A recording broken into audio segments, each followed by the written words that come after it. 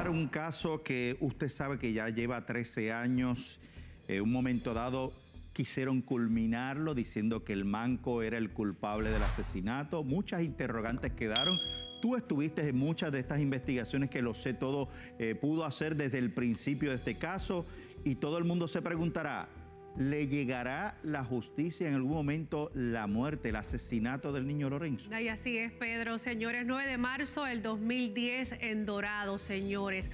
En esa madrugada, como todos conocemos, su madre, Ana Cacho, lo lleva al CDT de este municipio, en donde certificaron su muerte con tan solo 8 años de edad, señores. Ahí en pantalla quiero mostrarle, porque nos dimos a la tarea, como todos los años, de ir al cementerio Portacelli en Bayamón, donde se encuentra sepultado los restos de este niñito, y observamos, señores, que frecuentemente visita a la tumba de Lorenzo su papá, Ahmed Ali, y que en la mañana de hoy, según nuestras fuentes, la señora Ana Cacho colocó la cinta color azul que usted está viendo en pantalla, en donde dice "Te amo, my Prince Charming, mamá". Ahí usted lo está viendo en pantalla. Y a su vez vemos el angelito. Ella, en sinnúmero de ocasiones, cuando hablaba a los medios de comunicación, decía que lo extrañaba mucho y que lo amaba, del cielo, de la tierra hasta el cielo. Pero, señores, hoy tuvimos la oportunidad de entrevistar a la licenciada María Juarbe, que en su momento, en el caso civil, fue quien representó a Ahmed Ali cuando él estuvo solicitando la custodia de las hermanas de Lorenzo. Hicimos una pequeña recapitulación de todos los hechos y, por supuesto, el momento en el que a Ahmed Ali, el tribunal, le otorga la custodia de las menores. Ahí está. 13 años sin justicia para Lorenzo. 13 años sin justicia, 13 años con una pérdida irreparable, porque no hay nada más definitivo que la muerte. Es una pérdida que sabemos, poniendo aparte la justicia, aunque lo hubiese habido, el niño no va a regresar. El joven de 21 años, dueño de su persona y de sus bienes, de sus actuaciones, un ser humano capaz, con plenitud jurídica. Nunca lo vamos a poder ver cómo se hubiera desarrollado. Y eso es una pérdida irreparable. Nosotros, cuando sabemos, los puertorriqueños, que hay un caso que nos conmueve el alma, que nos retuerce la conciencia, que no entendemos, que no hay explicación, que es el hijo de uno o es el hermano del otro, que nada hace lógica, o que la lógica es una, hasta cierto punto, leguleya. Es algo que nos roba el tiempo y hasta cierto punto hasta el descanso. ¿Dónde se falló? ¿Qué pasó? ¿Justicia falló? Porque Luis Gustavo Rivera Seijo continuó en la libre comunidad. Hasta la persona más comprometida cognitivamente e intelectualmente, cuando usted pues pone todas las fichas, es como si fuese un designio para llegar a algo que nadie puede entender, pero que nadie puede combatir. Y nos quedamos todos como que, ¿en serio? Esta va a ser la afirmativa del Estado. ¿Cómo está Ahmed Ali? Esta fecha tiene que ser para él un golpe tan duro, difícil, la fecha en el que pierde a su pequeño. Nunca va a saber el tribunal, nunca va a saber el pueblo de Puerto Rico las veces que ese excelente padre lloró en esta oficina.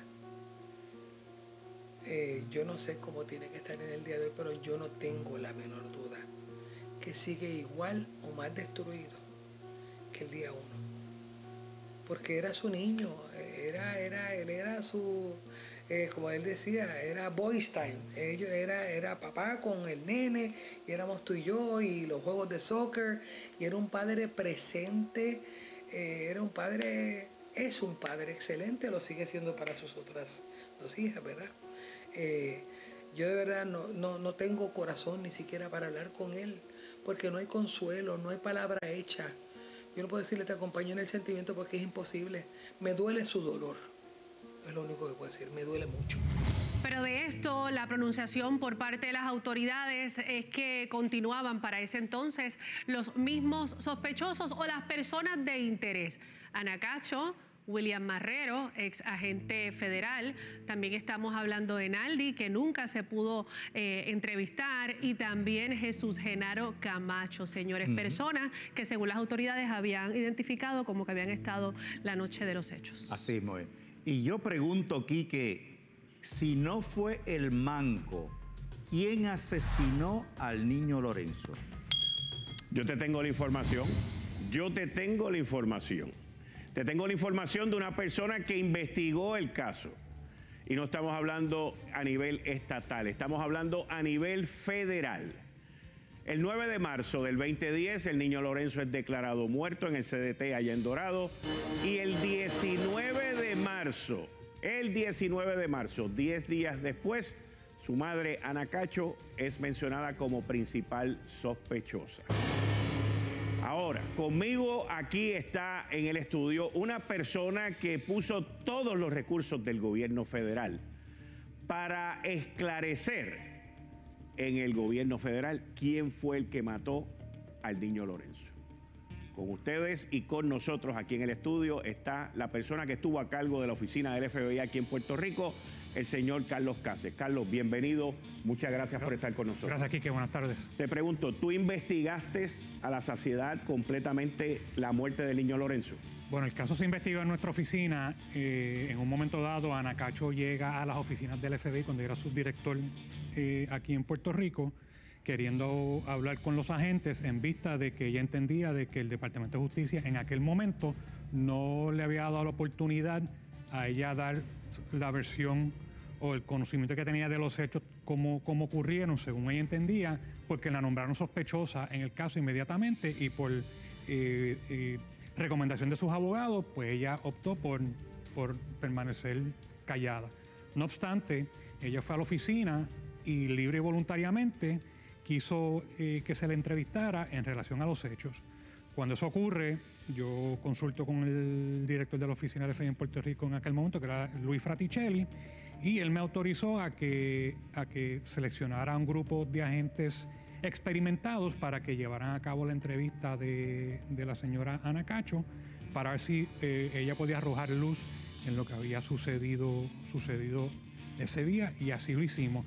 Inclusive ella tomó un polígrafo de un poligrafista del FBI donde se le preguntó point blank, ¿se había matado al niño? Ella contestó que no, y esa pregunta en particular el poligrafista determinó que no estaba haciendo, que estaba diciendo la verdad, o por lo menos no había tenido algún señalamiento fisiológico a la pregunta y a la contestación de la misma. ¿Usted tiene alguna duda de quién mató al niño Lorenzo? ¿Usted tiene alguna duda de quién mató al niño Lorenzo? Yo no tengo duda alguna quién mató al niño Lorenzo.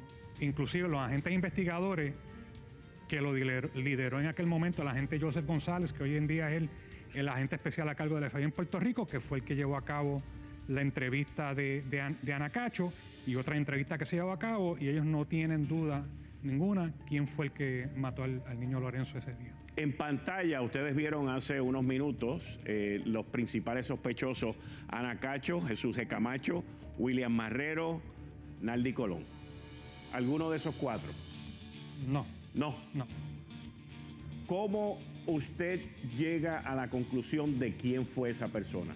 Nosotros, en vista que nos empezó a llegar información a la oficina, decidimos entrevistar al señor Luis Rivera Seijo, mejor conocido como el Manco, y lo logramos entrevistar extensamente en una tarde en las oficinas del FBI, una entrevista que duró varias horas. Y a base de esa entrevista, cuando concluyó, los agentes que lo entrevistaron, incluyendo al señor Joseph González, entran a mi oficina y entraron prácticamente mudos, Quique. Mudos. Sorprendidos con el nivel de detalle que el señor Luis Rivera Seijo dio en cuanto a su participación en el asesinato del niño Lorenzo. Estamos hablando, Quique, de detalles bien precisos, desde que brincó la verja de la casa, desde que forzó la puerta trasera de la casa, desde que entró. Él explicó el layout de la casa, los muebles, los colores de los muebles, lo que estaba en la mesa del comedor, que estaban los bultos de escuela de los niños que ya habían estado estudiando la noche anterior, lo que había en la cocina, lo que se comió esa noche porque tenía hambre acabando de salir de preso, la descripción de las habitaciones de los niños, la descripción de la habitación de la madre, todo, un nivel de detalle que solamente una persona que estuvo ahí durante la comisión de ese hecho tan atroz podía saber.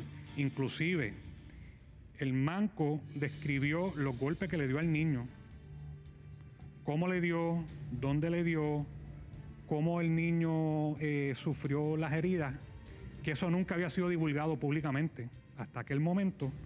Y nosotros, cuando verificamos el protocolo de autopsia, efectivamente lo que el manco describió y tal y como le dio, era lo que estaba en el protocolo de autopsia. De la autopsia por ciencia forense aquí en Puerto Rico. Correcto. Señor Carlos Cassé, agradecido. Muchas gracias.